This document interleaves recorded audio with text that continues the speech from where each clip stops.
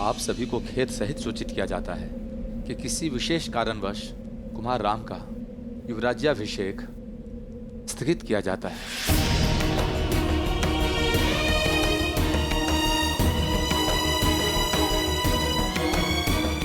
अचानक ऐसा क्या हो गया? ऐसी क्या बात है जो हम सबसे छुपाई जा रही है?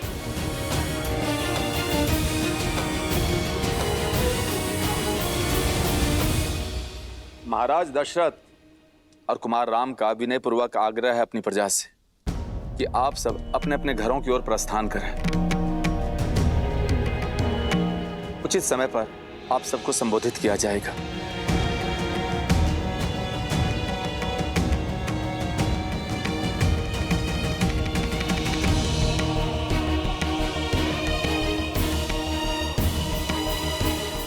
सुमंत्र जी, क्या बात है? सब ठीक तो है ना? क्यों बुलाया राम को महाराज ने? क्या हुआ है वहां? आप मौन क्यों हैं? सत्य बताइए सुमंत। कुमार राम महाराज के साथ ही हैं। उन्होंने आप सबसे निश्चिंत रहने के लिए कहा है। मैं स्वयं उनसे मिलकर आती हूँ। जी माँ, चलिए। ठहरिए।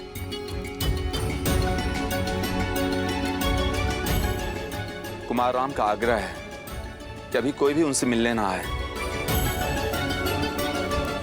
कुछ समय में वे स्वयं आकर आप सबसे बात करेंगे, आपको सब कुछ समझाएंगे। किंतु बात क्या है सुमंत? क्षमा महारानी, मुझे केवल इतना ही संदेश मिला है।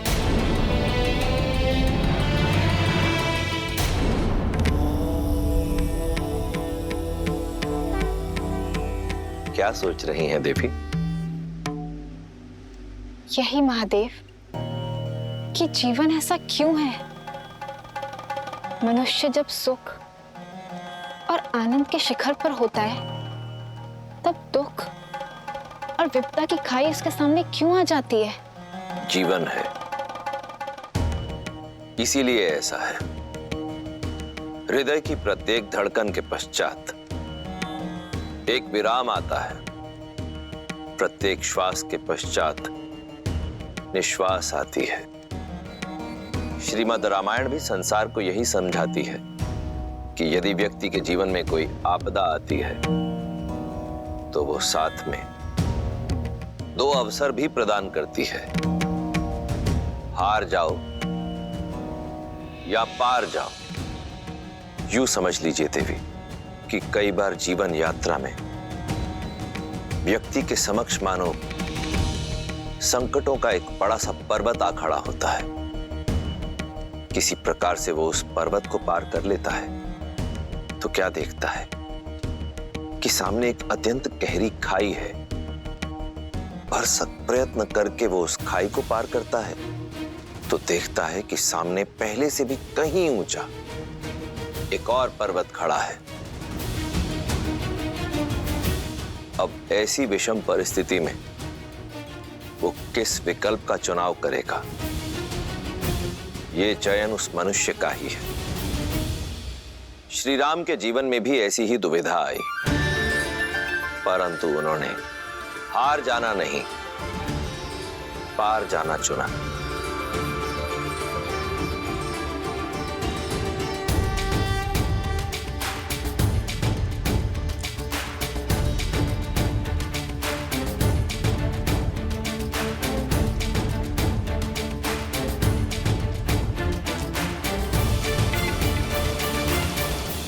ना जाने किसकी कुदृष्टि लग गई।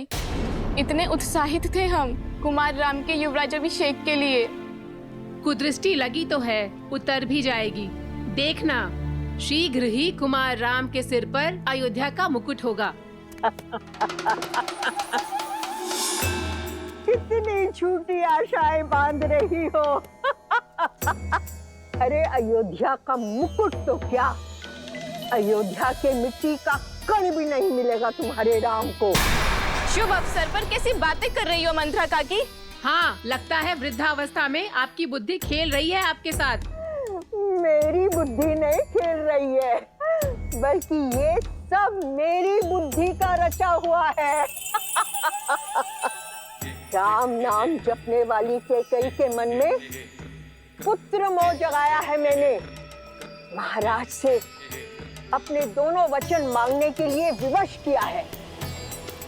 तुम सब देखना, अति शीघ्र मेरा भरत अयोध्या का पहले युवराज बनेगा और उसके बाद नरेश। और तुम्हारा वो राम है ना, वो बनेगा वनवासी। इतना बड़ा षड्यंत्र रचा तुमने। नर्क में जाओगी तुम, नर्क में जाओगी, नर्क में जाओगी तुम, नर्क में। हट! अयोध्या की प्रसन्नता को निराशा में बदल दिया है तुमने। निराशा नहीं, ये तो मेरे वर्षों की आशा है जो शीघ्र ही पूरी होगी। और अति शीघ्र भारत का सूर्य उगेगा और राम का सूर्य डूबेगा।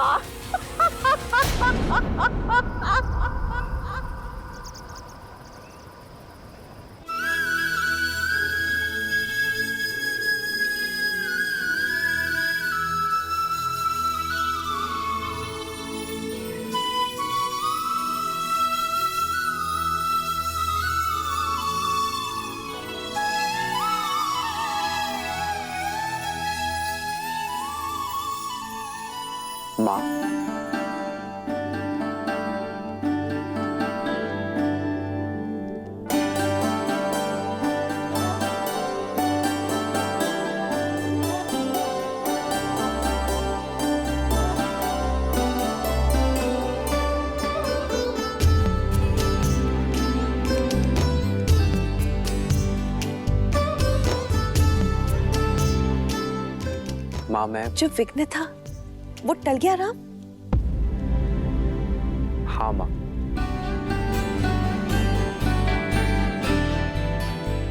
रघुवंश की मर्यादा पर आया विघ्न टल गया है।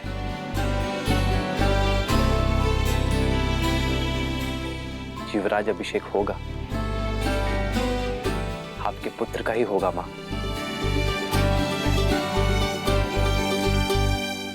किंतु मेरा नहीं।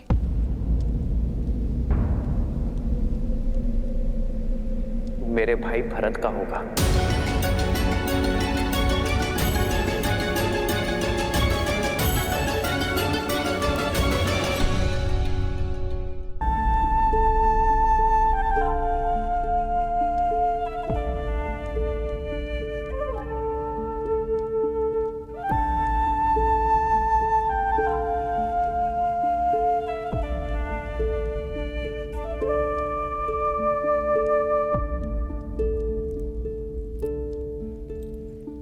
किंतु मां,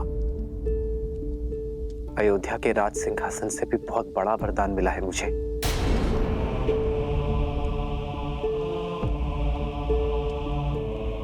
अपने पिताश्री के वचन को निभा सकने के योग्य बनने का वरदान।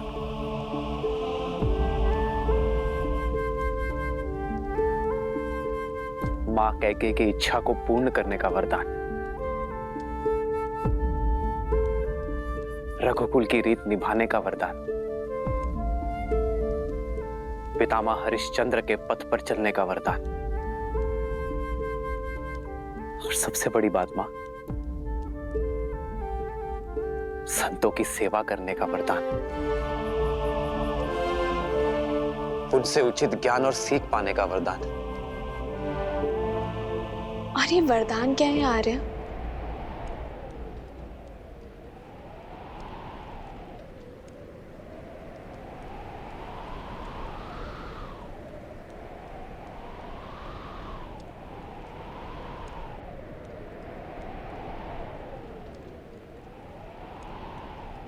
चौदह वर्ष का वनवास। 14 वर्ष का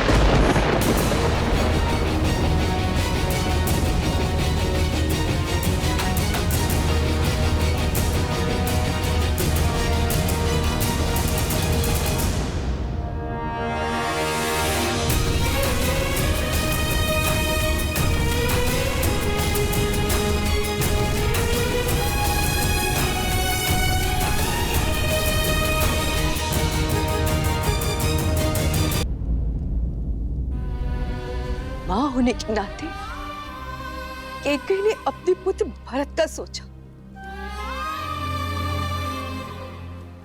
ठीक है, लेकिन मेरे पुत्र के साथ अन्याय क्यों?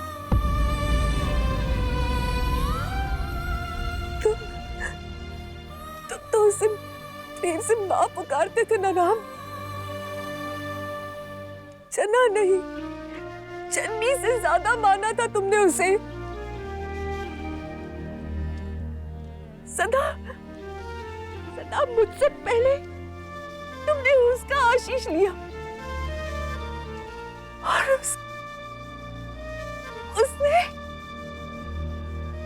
उसने ये अभिशाप दिया। इतिहास कभी क्षमा नहीं करेगा उसे, ना मैं कभी क्षमा करूंगी। मैं नारायण से प्रार्थना करूंगी। नहीं,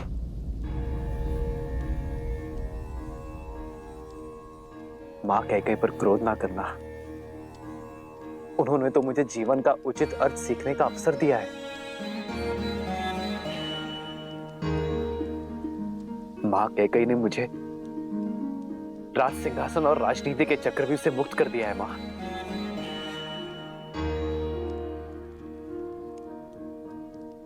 मेरा भरत, मेरा प्रिय भरत अब राजा बनेगा। मेरे सारे दायित्व, राजमुकुट का बोझ अब भरत संभालेगा। मां,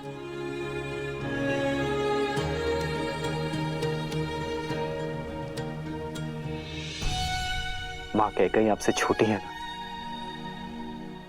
आपसे कम संभाले ना।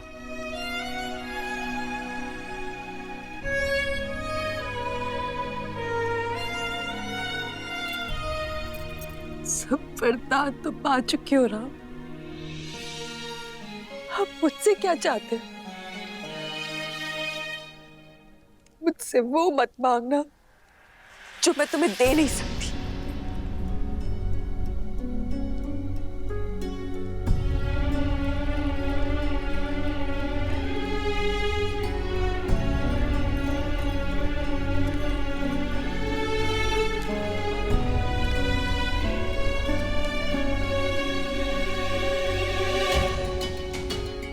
मैं वही मांगने आया हूं मां, जो आप मुझे नहीं देना चाहते।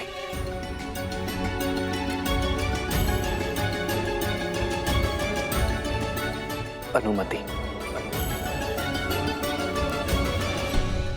वन में जाने की।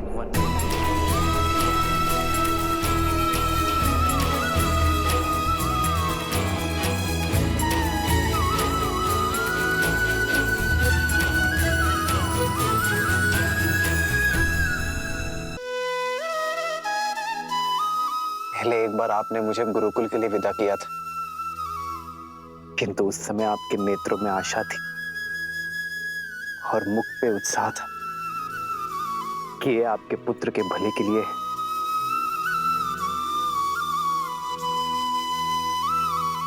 आज भी ऐसी स्थिति है मां, किंतु इस बार पुत्र का हित पहले से बड़ा है मां।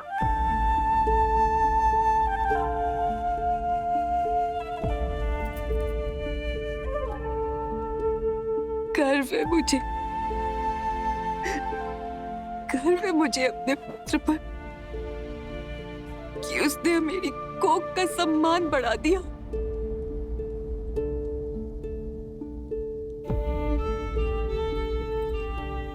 तुम्हें अनुमति ना देकर मैं अपने पुत्र का त्याग झूठा नहीं करना चाहती। पुत्र,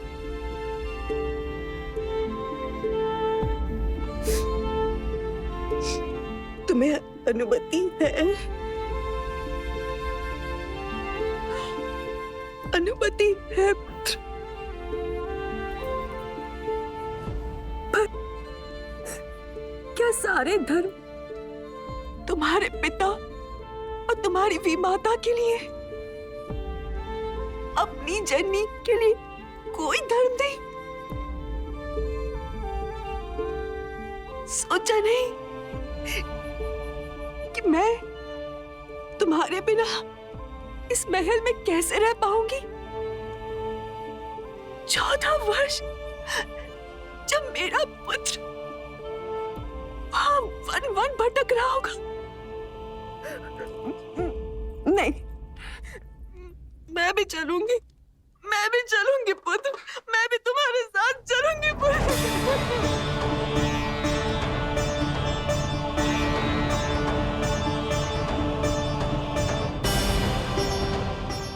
माँ,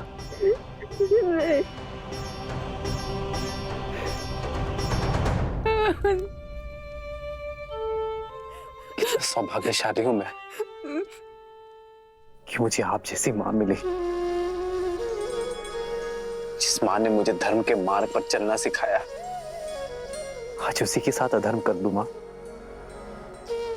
धर्म की यात्रा का प्रारंभ मैं अधर्म के साथ नहीं कर सकता माँ। संतान से पहले पति धर्म आता है माँ। पिताश्री को आपकी यहां आवश्यकता है, इसीलिए आपका सम्मित स्थान अयोध्या है माँ, अपने पति के पास। मुझे विश्वास कि मेरा पुत्र धर्म पालन करके लौटेगा, पर आशा नहीं कि जब तुम लौटोगे तो तुम्हारे स्वागत के लिए मैं जीवित रह पाऊंगी। नहीं माता, मुझे विश्वास है विवाह के पश्चात जैसे आपने हमारा स्वागत किया था, वैसे ही वन से लौटने के पश्चात आप हमारा स्वागत करेंगी।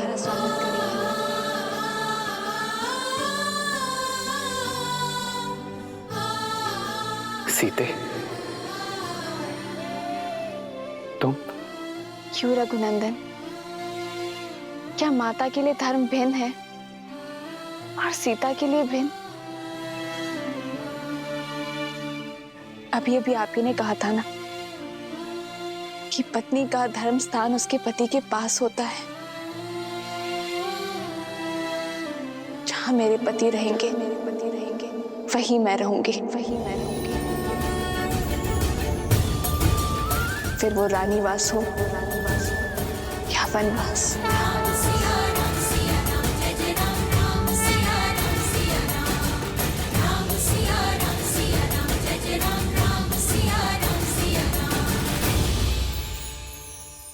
नहीं पुत्री, तुम नहीं जा सकती। तुम अयोध्या की कुलवधू हो, तुम कोई वनवासिनी नहीं हो सकती।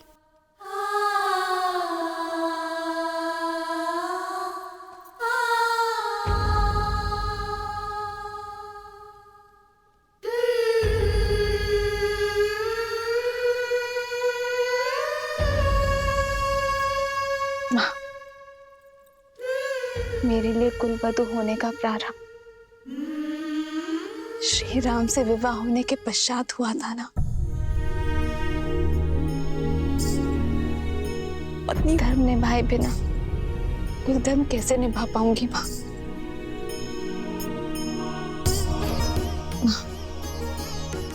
आपने मुझे पुत्री माना है ना, तो इस पुत्री को दुर्बल ना करें।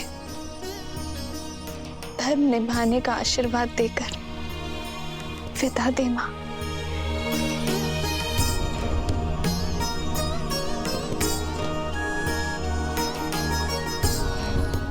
वनवास का आदेश केवल मेरे लिए है सीता, अपना प्रारब्ध मैं तुम्हें नहीं दे सकता।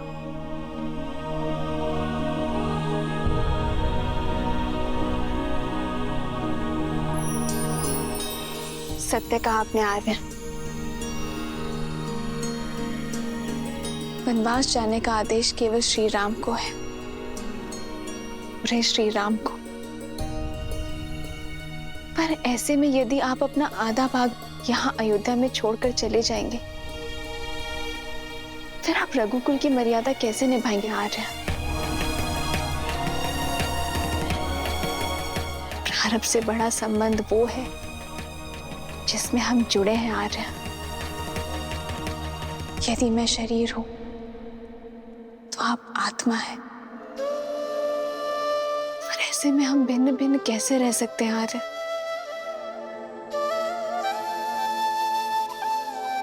एक स्त्री एक घर की शोभा होती है सीता,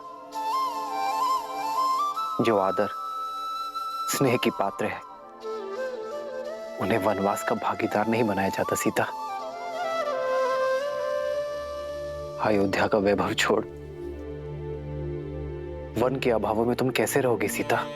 मेरा वैभव तो आप है आर्य, और संबंध ऐश्वर्य या अभावों से नहीं, प्रेम और भावों से तोला जाता है। रानी वास हो या वनवास, जहां श्री राम होंगे वहीं सीता करेगी निवास। राम सिया राम सिया राम सिया राम, राम इस मार्ग के हर पग में तुम्हें दुख के कांटे मिलेंगे सीता।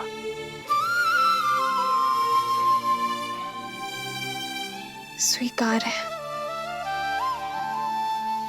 और आपके वियोग के शूल नहीं सह पाऊंगी मैं आर्य। राम सिया राम सिया राम सिया राम, राम सिया राम सिया राम। किंतु मिथिला नरेश को मैंने वचन दिया था सीता कि उनकी पुत्री को सदा सुरक्षित रखूंगा। माता सुनैना को भी आश्वस्त किया था मैंने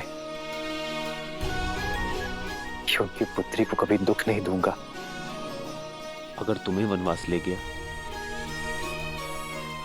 तो उनका सामना कैसे कर पाऊंगा मैं सीता? वही तो दशरथ नंदन, वन जाकर आप अयोध्या में मेरी रक्षा कैसे कर पाएंगे? और संतों के संग से मुझे वंचित करके दुख दे पाएंगे आप?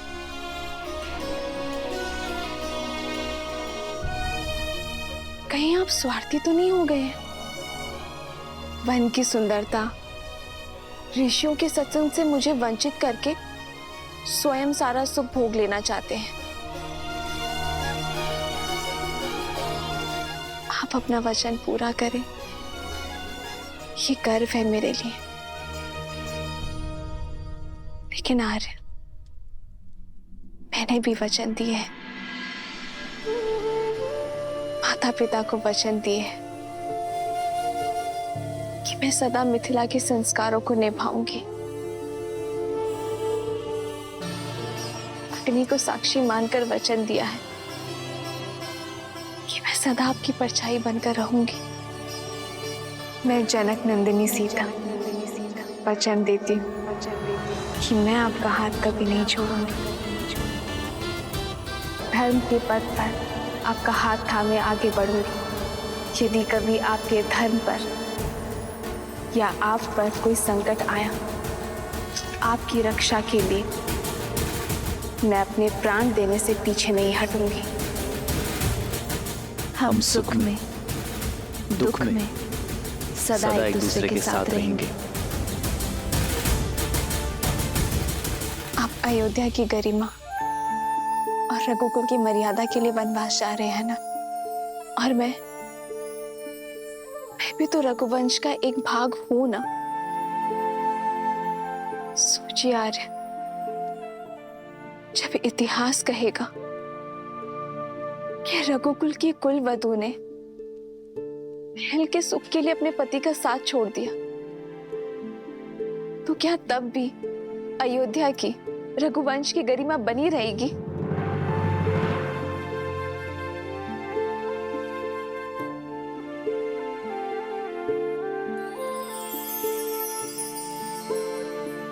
निरुत्तर कर दिया तुमने मुझे सीता कि तू जहां हम जा रहे हैं वो कोई वन नहीं है, वो वन है। यदि हम दोनों साथ होंगे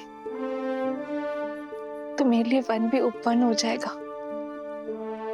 आप ही ने तो कहा था ना कि इस संबंध में हम दोनों बराबर होंगे,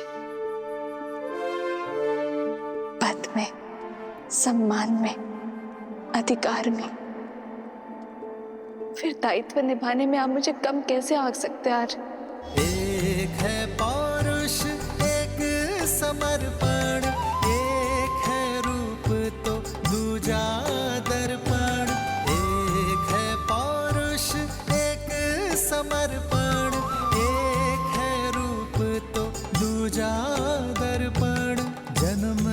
जन्म का है ये संगम। राम रतन एक माता अपने पुत्र का विवाह इस आशा से करती है कि जब वो नहीं संभालने के लिए होगी तब उसकी पत्नी उसका साथ देगी। अपने स्वार्थ में मैं ये माता का कर्तव्य भूल गई थी, पर अब मैं तुम्हें नहीं रोकूंगी सीता। तुम्हारा स्थान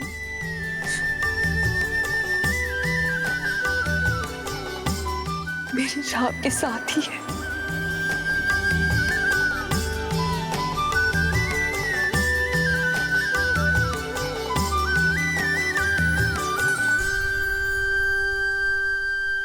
मैं भली भांति जानता हूँ कि ये षड्यंत्र किसने रचा है माँ। पुत्र, बस एक क्षण मेरी बात सुनो। ये समय सुनने का नहीं है माता, कर्म करने का समय है माँ। लक्ष्मण!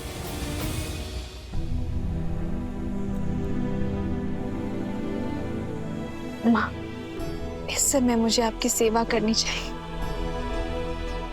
और मैं यहाँ से जा रही हूँ। इस अपराध के लिए मुझे क्षमा करना माँ। धर्म के पथ पर जा रही हूँ, मन में ग्लानि नहीं, प्रेम लेकर जाओ।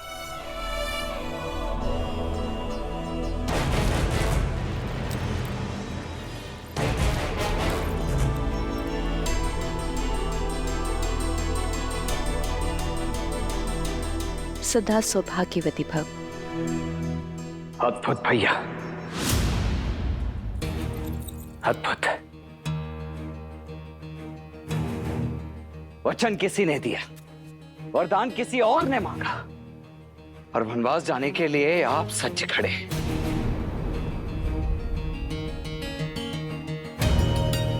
जिसने वचन दिया है वो हमारे पिता है लक्ष्मण, और जिसने वरदान मांगा वो हमारी माँ। माँ तो वो केवल भरत की है। इसीलिए अपने पुत्र के लिए मांगा राजपाट, और अन्य के लिए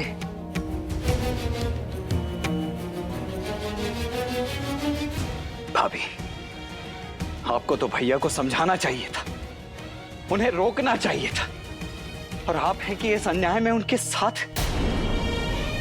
कौशल्या मां, आपको क्या हो गया है? आप आशीर्वाद देकर इन्हें विदा कर रही हैं। ये अयोध्या में हो क्या रहा है? परंतु ये लक्ष्मण मौन नहीं रहेगा। मैं भी देखता हूं मेरे रहते अयोध्या में ये अनर्थ होता कैसे। फिर चाहे उसके लिए मुझे अपने ये हाथ भरत की माता के रक्त से ही क्यों सनने ना पड़ जाएं।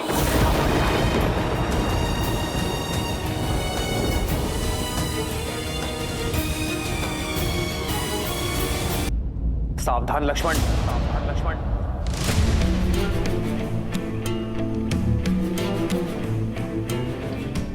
भरत से पहले वो मेरी माता है। क्रोध में अपने मर्यादा की सीमा मत लांघो तुम। क्षमा करे भैया, परंतु किस सीमा की बात कर रहे हैं आप? वो सीमा जो आपकी कैकई माता पहले ही लांघ चुकी है।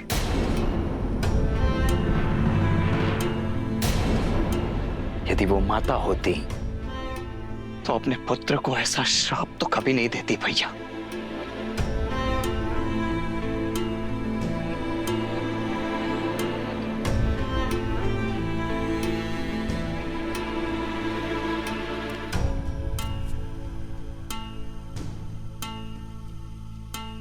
पिताश्री की भी यही आज्ञा है मेरे भाई। पिताश्री नहीं भैया, पिताश्री नहीं भैया, महाराज कही है, महाराज कही है।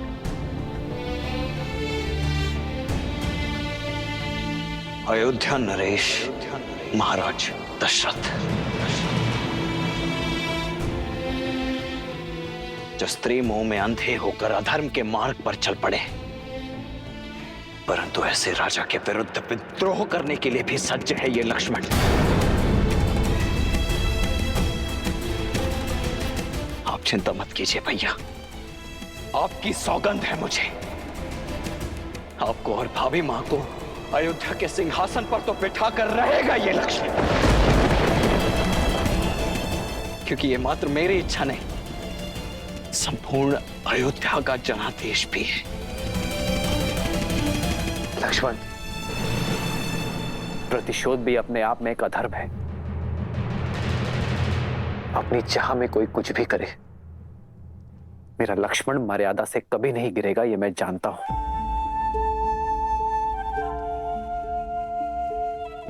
प्रतिशोध का पाप मेरा भाई कभी नहीं करेगा।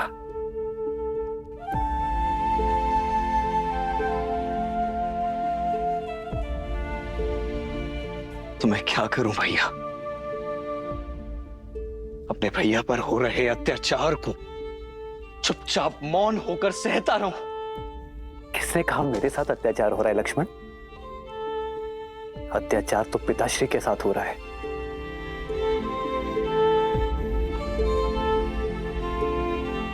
जिन्हें अपने प्राण प्रिय पुत्र को वनवास भेजना पड़ा।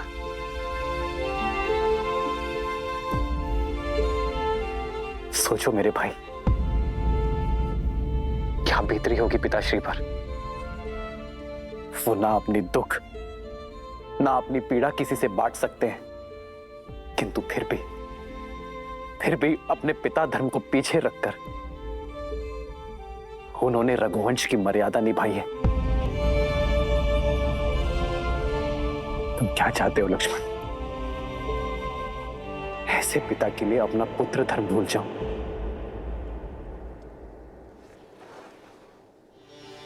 और माता कैकेयी का भी कोई दोष नहीं है लक्ष्मण।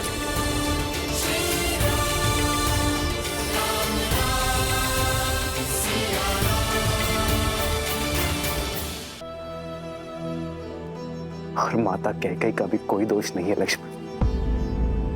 ये तो नियति का खेल है जो हर किसी को अपना निमित्त बना लेती है।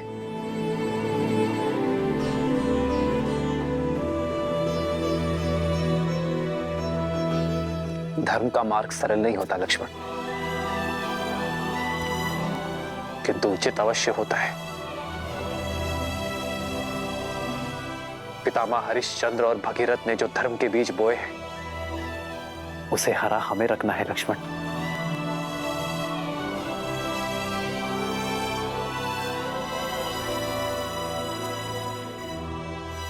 जिन मार्ग पर उनके पग पड़े हैं, हमें उसी मार्ग पर चलना है लक्ष्मण, क्योंकि धर्म के मार्ग से विमुख होना रघुवंश की मर्यादा नहीं है।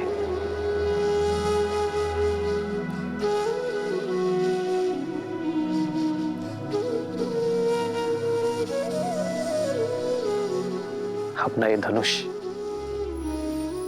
अयोध्या के भावी राजा भरत की सेवा में उठाना लक्ष्मण, और अपना धर्म निभाना मेरे भाई। नहीं भैया, ये शस्त्र, ये धनुष अपने भैया की सुरक्षा में ही उठेगा। आपकी रक्षा में उठेगा भैया।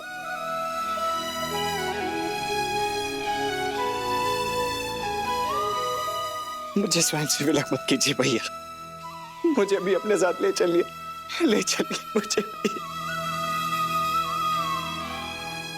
क्यों लक्ष्मण? नहीं, यदि तुम चले गए तो अयोध्या को कौन संभालेगा लक्ष्मण? भरत शत्रुघ्न भी यहां नहीं है। पिताश्री को तुम्हारी आवश्यकता है लक्ष्मण।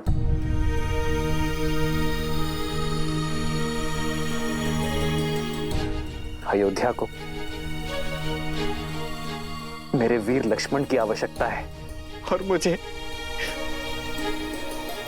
मेरे तो माता पिता बंधु सखा सब कुछ आप ही है ना भैया। मैं आपके बिना कैसे रह पाऊंगा? मैं नहीं रह पाऊंगा भैया।